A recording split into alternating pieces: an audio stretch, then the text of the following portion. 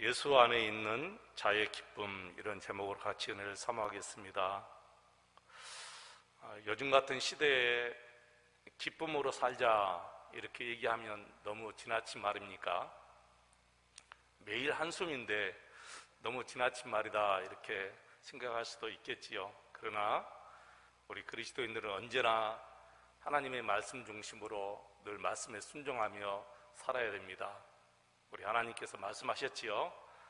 어떤 경우에도 항상 기뻐하며 살아야 된다. 기쁨의 조건이 있어서 기쁨으로 사는 것이 아니라 어떤 경우에도 우리가 기쁨으로 살면 기쁨의 조건은 하나님께서 분명히 제공해 주십니다. 저는 오늘부터 빌립보서를 강의하려고 합니다. 시편을 계속 강의할까 생각하다가 그래도 요즘 너무 힘들고 어렵고 답답해 하니까 기쁨의 책이란 별명을 가지고 있는 빌립보서를 같이 생각하면서 큰 은혜를 누리고 혹시 기쁨을 잃어버렸다면 이번 기회에 기쁨을 회복할 수 있기를 주의 이름으로 축원을 드립니다. 오늘 본문을 중심으로 세 가지를 함께 나누면서 은혜를 사모하겠습니다. 첫째는 바울 사도는 어떻게 그렇게 기뻐하며 살 수 있었을까? 바울 사도는 어떻게 그렇게 늘 기쁨으로 기뻐하며 살았을까라는 말씀입니다. 두 번째는 누구나 예수 안에 있으면 진정한 사랑을 체험하고 경험하게 될 수 있다는 거죠. 누구나 예수 그리스도 안에 있으면 정말 진정한 사랑을 경험하게 될 수 있다는 것입니다. 셋째, 바울 사도는 빌립보 교인들이 예수 그리스도로 말미암아 의의 열매가 가득하기를 기도했습니다. 이 세 가지 말씀 같이 나누면서 은혜를 받겠습니다. 사랑하는 교회 여러분, 저와 여러분이 예수 믿는 사람이다 라는 증거를 어디에서 우리가 얻을 수 있습니까? 저 사람은 그리스도인이다, 어디에서 증거가 드러날 수 있죠? 성경에 보니까 마태복음 7장 20절에 우리 예수님이 이렇게 말씀하셨어요. 이러므로 그들의 열매로 그들을 알리라. 그들의 열매로 그들을 안다는 거예요. 그리고 21절에 보니까 나더러 주여 주여 하는 자마다 다 천국에 들어갈 것이 아니라 아버지의 뜻대로 행하는 자라야 들어가리라 라고 말씀하셨습니다. 여러분, 그렇습니다. 우리가 예수를 믿는 사람의 증거는 우리 삶의 열매를 보고 알 수 있다는 거예요. 그 열매, 가장 중요한 열매 첫째가 사랑이죠, 여러분. 그 다음에가 여러분 기쁨입니다. 그러니까 저 사람은 진짜 크리스찬이다 라고 할 때 그분에게 사랑과 기쁨의 열매가 있느냐는 거예요. 이 사랑과 기쁨의 열매는 항상 표출이 됩니다. 얼굴로 표출이 되죠. 우리 삶 속에서 표출이 돼요. 이 사랑과 기쁨이 충만하면 반드시 이 사랑과 기쁨이 계속해서 흘러나올 수가 있는 것입니다. 이번 빌립보 강해를 통해서 저와 여러분이 이렇게 힘들고 어려울 때 예수 믿어 받는 가장 큰 복인 기쁨을 회복했으면 좋겠습니다. 이 짧은 4장까지밖에 없는데 여기에서 무려 18번이나 기뻐하라, 이 기쁨이라는 단어가 나옵니다.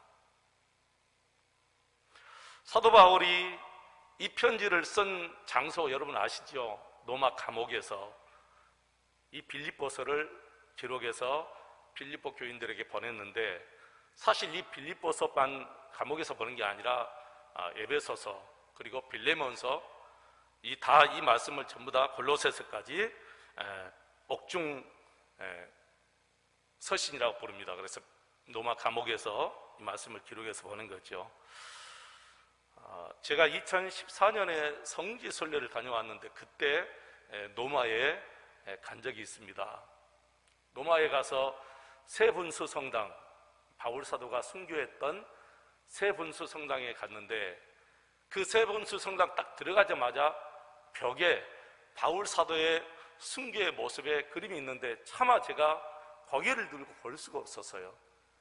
그 그림이 너무 처참하게 그려져 있는 거예요. 실제로 바울 사도가 순교했지 않습니까? 그런데 성경에는 없는데 내려오는 그 말에 바울 사도는 목이 베어 순교했다. 그래서 그 벽에 그 그림이 있어요. 바울 사도의 목을 내리치는, 도끼로 목을 내리치는 그 그림이 그려져 있고, 또 그 옆에는 바울 사도의 목이 이렇게 튀겨 나가는 그림이 이렇게 계속 그려져 있더라고요. 그래서 바울 사도의 목이 떨어져 나가서 한번 튀기면 거기서 분수처럼 물이 솟아나고, 또 두 번째, 세 번째 이렇게 물이 솟아났다고 그러지 않습니까? 그걸 기념해서 바로 그 장소에다가 세번수 성당을 건립하고 그 그림을 그 안에 그렇게 그려 놓았습니다. 여러분, 바울 사도는 그런 순교를 지금 곧 앞에 두고 이 말씀을 기록한 거예요. 이 말씀이 끝나고, 이 기록이 끝나고 얼마 있지 않으면 바울 사도가 이런 순교를 당합니다. 그런데 그런 상황에서 이렇게 기뻐하라, 이 기쁨이 충만한 편지를 써서 보냈다는 거예요. 놀라웠죠, 여러분. 그렇다면 사도 바울은 어떻게 그렇게 기뻐할 수 있었을까요? 답은 자신이 어떤 상태에 있든지 간에 자신이 예수 그리스도 안에 있고 예수님이 자기 자신과 변함없이 함께 하신다는 것을 확실하게 믿기 때문에 그럴 수 있었다는 거예요. 여러분, 놀라운 말씀도 아니에요. 늘 우리가 들었던 말씀이에요. 나는 언제나 예수 그리스도 안에 있고 예수님은 언제나 변함없이 나와 함께 하신다는 거예요. 내게 일어나는 사건, 내게 일어나는 여러 가지 많은 일들이 있고 환경이 늘 변하고 또 여러 가지 많은 여건이 변하지만 그 환경, 여건 전혀 상관없이 예수님은 변함없이 나와 함께 하신다는 그 믿음이 확실하기 때문에 바울 사도는 그런 지경에서도 늘 기뻐하며 살 수 있었던 것이지요. 여러분, 1절을 다시 한번 보겠습니다. 1절 말씀 보면 그리스도 예수의 종 바울과 디모데는 그리스도 예수 안에서 그럽니다. 언제나 이 말씀이 인사로 나와요. 너무 확신하기 때문에 그리스도 예수 안에서, 자신은 그리스도 안에서, 예수님은 자기 자신 안에서 빌립보에 사는 모든 성도와 또한 감독들과 집사들에게 편지한다. 사도 바울은 지금 자신이 감옥에 있지만 나는 감옥에 있다 그렇게 생각하지 않아요. 예수 그리스도 안에 있다 그렇게 생각하는 거예요. 이것이 사도 바울에게 있었던 기쁨의 비밀입니다. 사도 바울은 예수님 안에 있기만 하면 부러울 것도, 더 이상 어떤 염려도, 그리고 두려울 것도, 불평할 것도 아무것도 없어졌어요. 여러분, 빌립보서 3장 7절로 9절 말씀 보실까요? 그러나 무엇이든지 내게 유익하던 것을 내가 그리스도를 위하여 다 해로 여길 뿐더러 또한 모든 것을 해로 여김은 내 주 그리스도 예수를 아는 지식이 가장 고상하기 때문이라. 내가 그를 위하여 모든 것을 잃어버리고 배설물로 여김은 그리스도를 얻고 그 안에서 발견되려 함이니 내가 가진 의는 율법에서 난 것이 아니요 오직 그리스도를 믿음으로 말미암은 것이니 곧 믿음으로 하나님께로부터 난 의라. 우리도 마찬가지입니다. 예수님은 우리와도 변함없이 함께 하십니다. 우리의 형편이 어떠하든 예수님은 변함없이 우리와 함께 하신다는 거예요. 이 믿음이 확실하면 우리도 바울 사도처럼 그 어떤 것도 두려워할 것도 없죠. 뭐 불평할 것도 없고 염려할 것도 없고 두려워할 것도 없습니다. 그러니 우리가 그 예수님을 바라보고 예수님 안에 거하면 우리도 늘 기뻐할 수가 있다는 것입니다. 사도 바울은 6절에서 놀라운 고백을 합니다. 너희 안에서 착한 일을 시작하시니가 그리스도 예수의 날까지 이루실 줄을 우리는 확신한다. 어려운 일이 닥쳐도, 실망스러운 일이 생겨도, 어떤 것이 생겨도 모든 것이 합력하여 선을 이루어 주시는 예수님이시다는 거예요.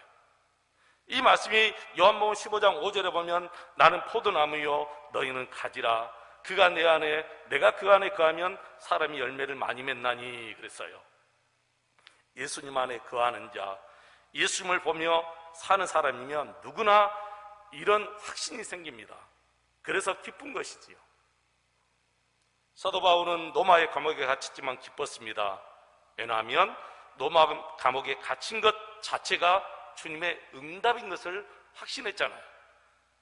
사도 바울이 예루살렘에 붙잡혀서 유대인들에게 끌려갈 때 우리 하나님께서 사도행전 23장 11절에 보면 그날 밤에 주께서 바울 곁에 서서 이르시되 담대하라.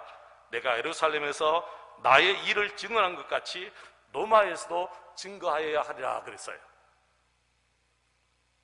사도 바울이 로마로 가다가 유라굴로라는 큰 태풍을 만났습니다.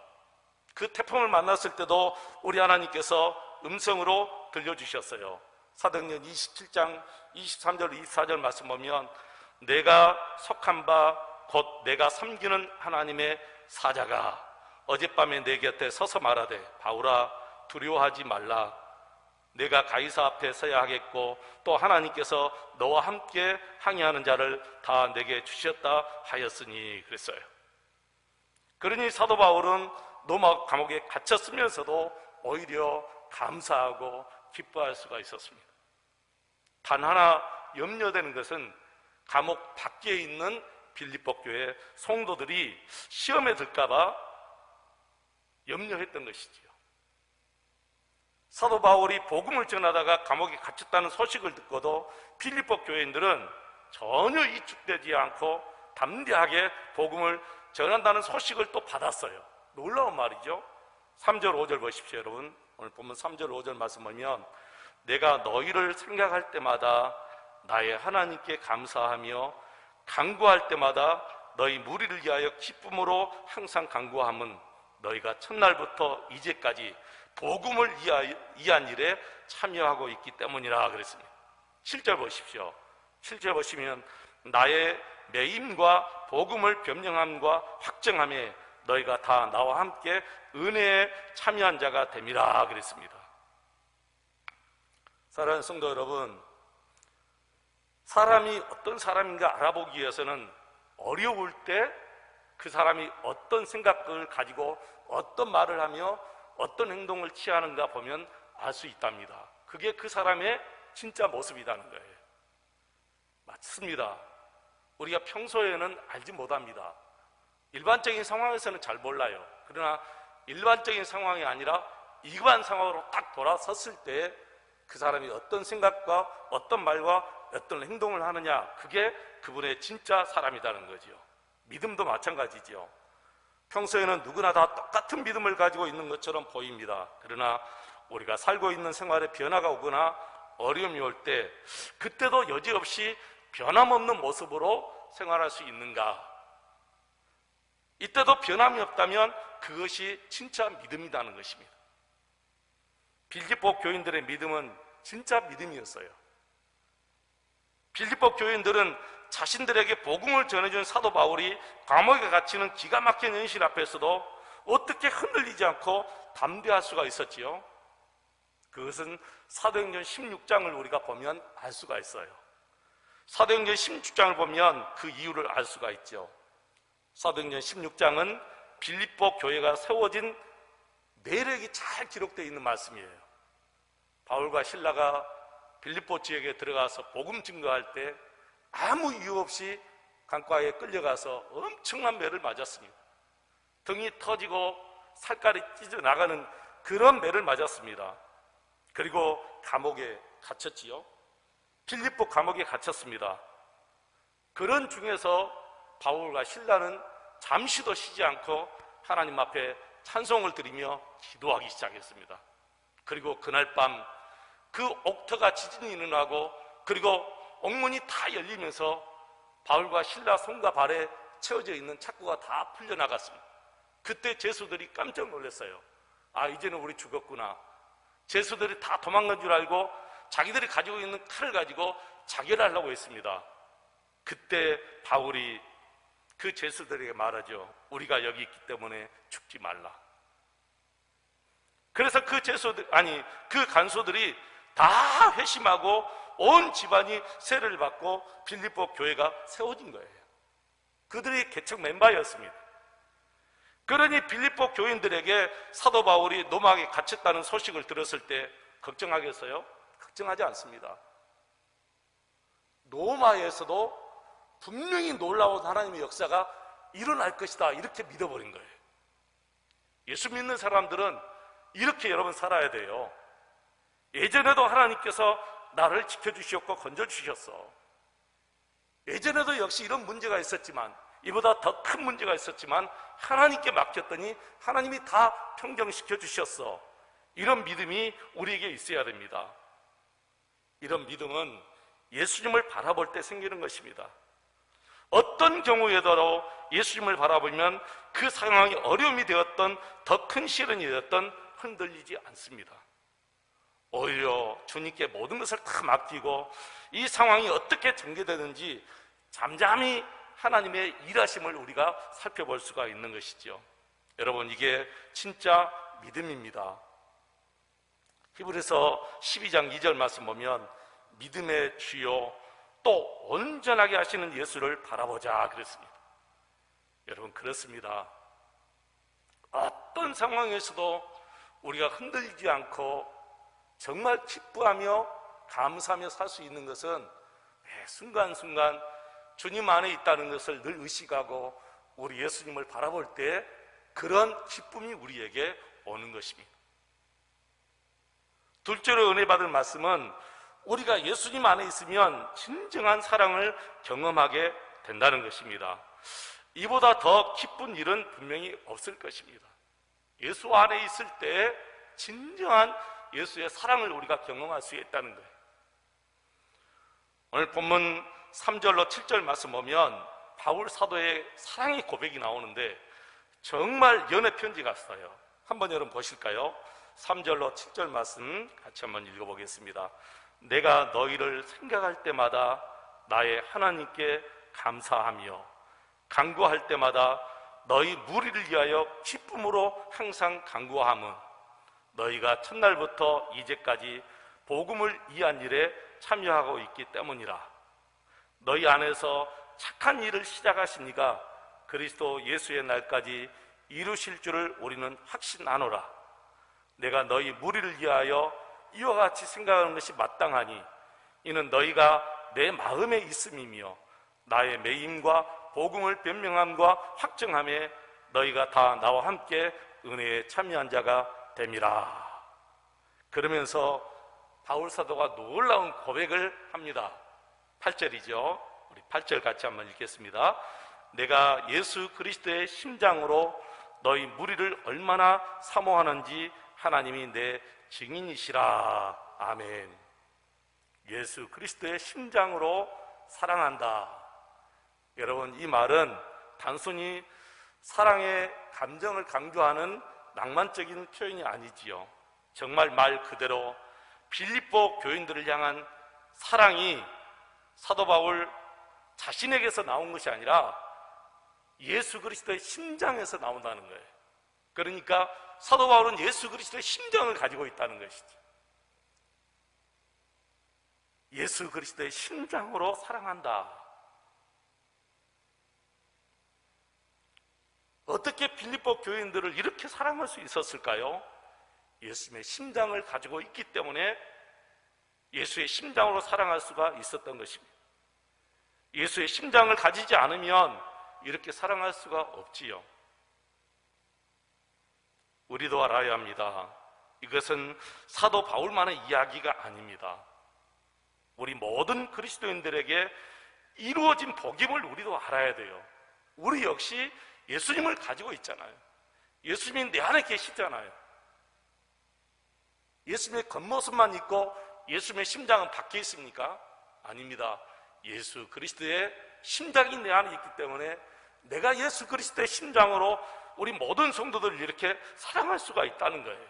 이것은 바울 사도만 이렇게 사랑하는 것이 아닙니다. 우리가 이미 받은 복이에요, 이것이. 우리도 이렇게 모든 성도들을 사랑할 수가 있는 거예요. 갈라디아서 2장 20절에 보니까 내가 그리스도와 함께 십자가에 못 박혔나니 그런즉 이제는 내가 사는 것이 아니요 오직 내 안에 그리스도께서 사신 것이라 그랬어요. 내 안에 예수 그리스도가 이제 사신다는 거예요. 사랑은 성격 문제가 아닙니다. 사랑은 더 이상 사람의 문제가 아니고 환경 문제가 아닙니다. 진짜 내가 예수님을 바로 믿느냐 바로 믿지 못하느냐, 이게 사랑의 문제이지 뭐 성격 문제다, 이거 틀린 말입니다. 어떤 사람들은 사랑하도록 처음부터 태어난 성격을 가지고 있고 어떤 사람들은 처음부터 사랑하지 못할 성격을 가지고 태어났겠습니까? 이것은 환경 문제도 아닙니다.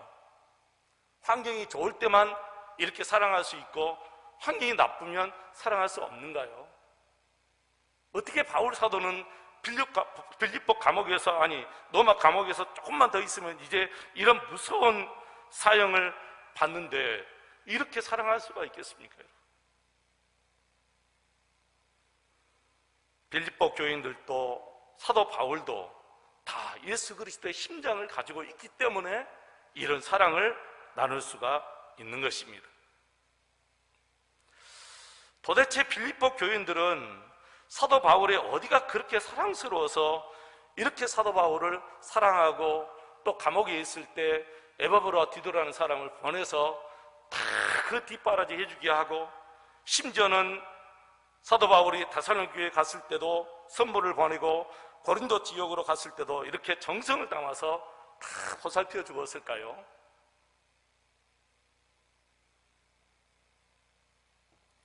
교회를 개척해 주어서 그랬을까요?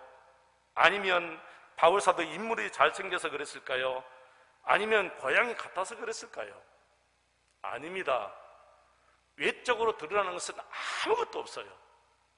단지 딱 하나, 자신들에게 예수 그리스도를 증거해 주고 자신들에게 하나님의 말씀을 가르쳐 주고 하나님을 알게 해 주시고, 그리고 자신들과 함께 하나님의 말씀대로 살아서 그런 거예요. 말씀을 증거하고 말씀 그대로 바울 사도가 살아가는 그 모습을 보고, 아, 빌립보 교회 성도들이 바울 사도에게 모든 것을 다 맡기고 그리고 바울 사도를 끝까지 돌봐 주신 거지. 아마 우리 모두가 다 그러지 않겠습니까? 매일 말씀을 전하는 목사가 말씀과 전혀 딴 세상을 살고 있다면 여러분께서는 정말 목사를 존중하고 사랑하겠습니까? 아마 존경은커녕 말씀도 듣기 어려울 것입니다.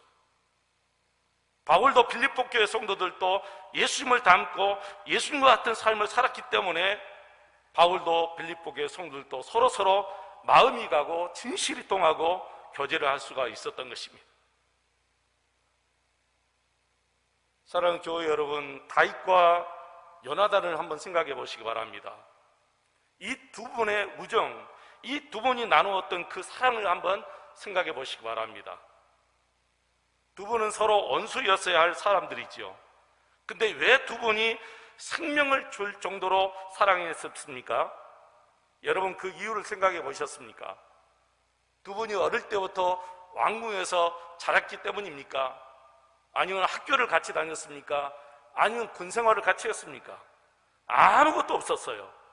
이유라면 단 한 가지밖에 없습니다. 서로의 믿음, 하나님께 대한 믿음이 같았다. 하나님께 대한 믿음이 서로 같았기 때문에 두 분이 생명을 나눌 수 있는 사랑을 할 수가 있었던 거예요. 저는 이 말씀을 생각하면서 바닥을 치면서 몇 번이나 아멘 아멘 했습니다. 하나님을 바라보는 믿음이 같기 때문에 이 두 분이 생명을 나누는 사랑을 나눌 수가 있었다는 거죠. 하루는 다윗이 골리앗과 싸울 때 사울왕 앞에서 다윗이 이렇게 담대하게 고백했습니다. 사무엘상 17장 47절에 보니까 또 여호와의 구원하심이 칼과 창에 있지 아니함을 이 무리에게 알게 하리라. 전쟁은 여호와께 속한 것인즉 그가 너희를 우리 손에 넘기시리라. 이 말을 옆에서 요나단이 들었어요. 사무엘상 18장 1절 보시겠습니다. 다윗이 사울에게 말하기를 마침에 요나단의 마음이 다윗의 마음과 하나가 되어, 이 말씀을 다시 한번 보십시오. 다윗이 사울에게 말하기를 마침에 어떤 말을 마쳤어요? 전쟁은 여호와께 속한 것인즉 그가 너희를 우리 손에 붙이리라. 구원하심이 칼과 창에 있지 아니한다. 이 말을 딱 마침에 요나단이 그를 자기 생명같이 사랑하니라. 이 두 분의 사랑은 술로 맺어진 그런 사랑도 아니고 동기의 사랑도 아니고 군대 우정도 아닙니다.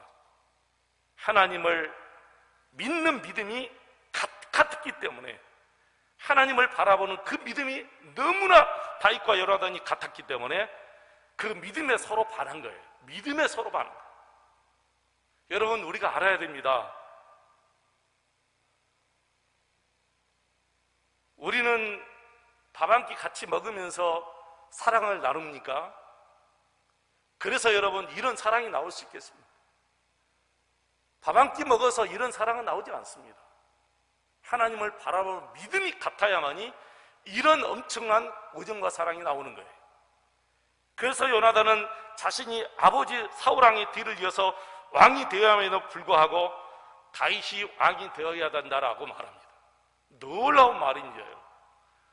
사울은 어떻게 해서든지 자기 아들 요나단이 왕위에 서야 돼요. 그게 사울왕의 목표예요. 그러니까 다윗을 계속 죽이려고 했어요. 얼마나 많이 죽이려고 했습니까, 여러분? 군대를 다 풀어서 다윗을 죽이려고 했어요. 근데 하나님의 뜻은 요나단이 왕이 되는 게 아니고 다윗이 왕이 되는 거예요. 이걸 누가 알아요? 요나단이 안 거예요. 어떻게 요나단이 이것을 알 수 있습니까? 믿음이 같기 때문에 아는 거예요. 요나단이 다윗과 같은 믿음이 없었으면 자신도 다윗을 죽이고 자신이 왕이 되려고 했을 거예요. 당연하지 않습니까, 여러분? 아버지의 뒤를 이어서 아들이 왕이 돼야지요.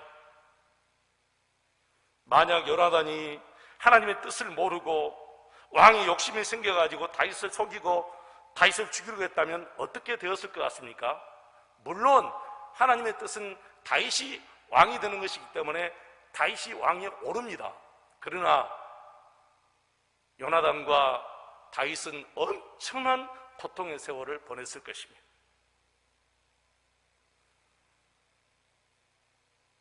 여러분에게는 이렇게 말씀으로 맺어진 우정과 사랑이 있으십니까?